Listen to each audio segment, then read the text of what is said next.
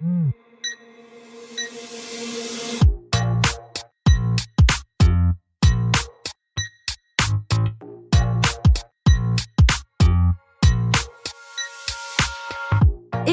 et bienvenue sur le podcast Réveille ton biz. Je suis Justine, je suis mentor podcast et business.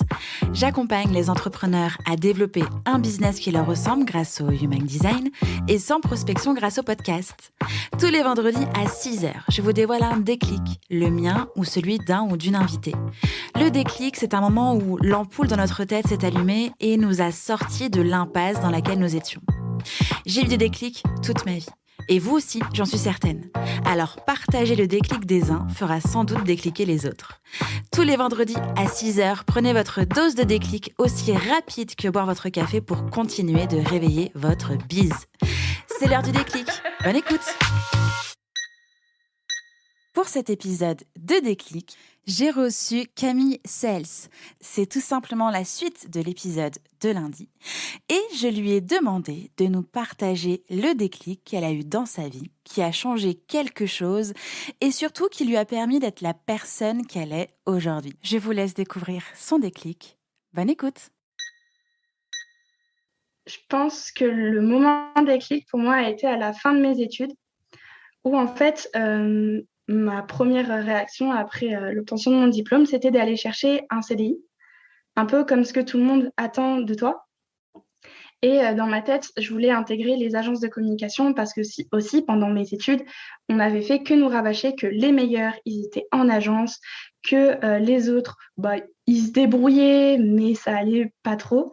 Et au final, pendant que je faisais ces entretiens pour rentrer en agence, je me suis pris en fait une petite baffe dans le sens où les entretiens, je me retrouvais avec des personnes qui soit n'en avaient un peu rien à péter du fait que je sois là, des personnes qui, lorsque je leur disais que j'avais un projet freelance à côté, allaient me dire c'est top, tu nous amènes déjà notre premier client. Enfin, ce genre de réaction. Et toi, du coup, tu es là, tu sors de ton diplôme, tu as envie de faire des choses et tu te prends en fait un stop comme ça. Ça m'a un peu tapé vraiment sur le moral. Et en fait, je me suis dit, mais si j'arrive pas à me faire ma place, si j'arrive pas à faire mes preuves comme ça, mais je vais me les faire en fait toute seule. Et je vais monter mon auto-entreprise et je vais regarder ce que ça donne. Et au final, le fait d'avoir fait ça, ça m'a fait grandir d'un point de vue perso, parce que du coup, forcément, tu te retrouves dans un challenge permanent.